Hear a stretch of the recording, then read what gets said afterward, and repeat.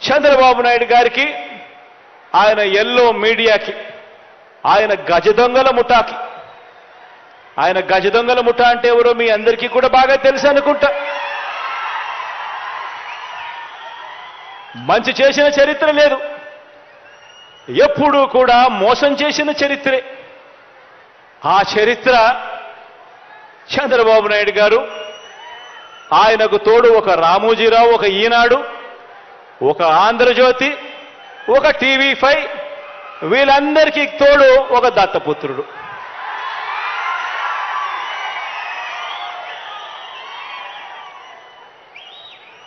ఇటువంటి వాళ్ళు రోజు కూడా ఇటువంటి వాళ్లకు కూడా సమాధానం ఇచ్చుకోవాల్సి రావటమే నిజంగా కలికాలం అంటే అని చెప్పి కూడా అనిపిస్తుంది.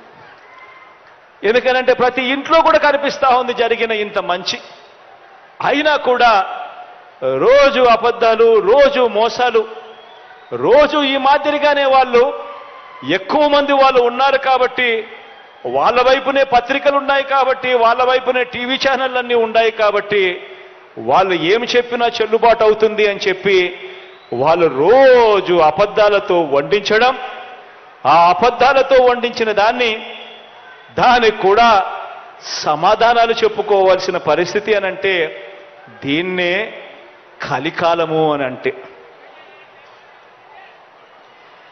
ఏ మంచి చేయకపోయినా కూడా, ఏ స్కీములు కూడా ఆయన అమలు చేయకపోయినా కూడా, కేవలం మోసాలే ఆయన చేసినప్పటికీ కూడా చంద్రబాబుకేమో స్టార్ క్యాంపెయినర్లు దండిగా మంది ఉన్నారు. స్టార్ క్యాంపెయినర్లు అంటే బాబు కోసం చంద్రబాబును భుజానెత్తుకొని మోసే ముఠ చాలా మంది ఉన్నారు ఆయనకు. ఆయన ఏ మంచి చేయకపోయినా, ఆయన ఏ స్కీములు ఇవ్వకపోయినా, ఆయన మోసాలే చేసినా కూడా ఆయన గురించి డంకా బజాయించేందుకు, ఆయనను భుజాన ఎత్తుకునేందుకు చాలా మంది స్టార్ క్యాంపెయినర్లు చంద్రబాబు నాయుడు గారికి ఉన్నారు. పక్క రాష్ట్రంలో, మన రాష్ట్రంలో ఎవరు ఉండరు, పక్క రాష్ట్రంలో ఉంటారు.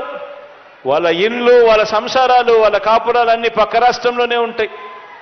పక్క రాష్ట్రంలో పర్మనెంట్ రెసిడెంట్గా ఉన్న దత్తపుత్రుడు వీళ్లకు ఒక స్టార్ క్యాంపెయినర్ అయితే, పక్క రాష్ట్రంలో పర్మనెంట్ రెసిడెంట్గా ఉన్న ఆ చంద్రబాబు నాయుడు గారు వదిన గారు, ఆయన పక్క పార్టీలోకి వెళ్ళి చంద్రబాబుకు మరొక స్టార్ క్యాంపెయినర్. చెప్పాల్సిన పని లేదు, ఆయన వదిన అంటే అందరికీ తెలిసే ఉంటుంది అనుకుంటా. పక్క రాష్ట్రంలోనే శాశ్వతంగా ఉంటా ఉన్న ముగ్గురు మీడియా అధిపతులు, ఈ ముగ్గురు మీడియా అధిపతులు కూడా మన రాష్ట్రంలో ఉండరు, పక్క రాష్ట్రంలోనే ఉంటారు. అక్కడే వాళ్ళు శాశ్వతంగా ఉంటారు. కానీ అక్కడ ఉన్న ఆ మీడియా అధిపతులు, ఓ ఈనాడు, ఓ ఆంధ్రజ్యోతి,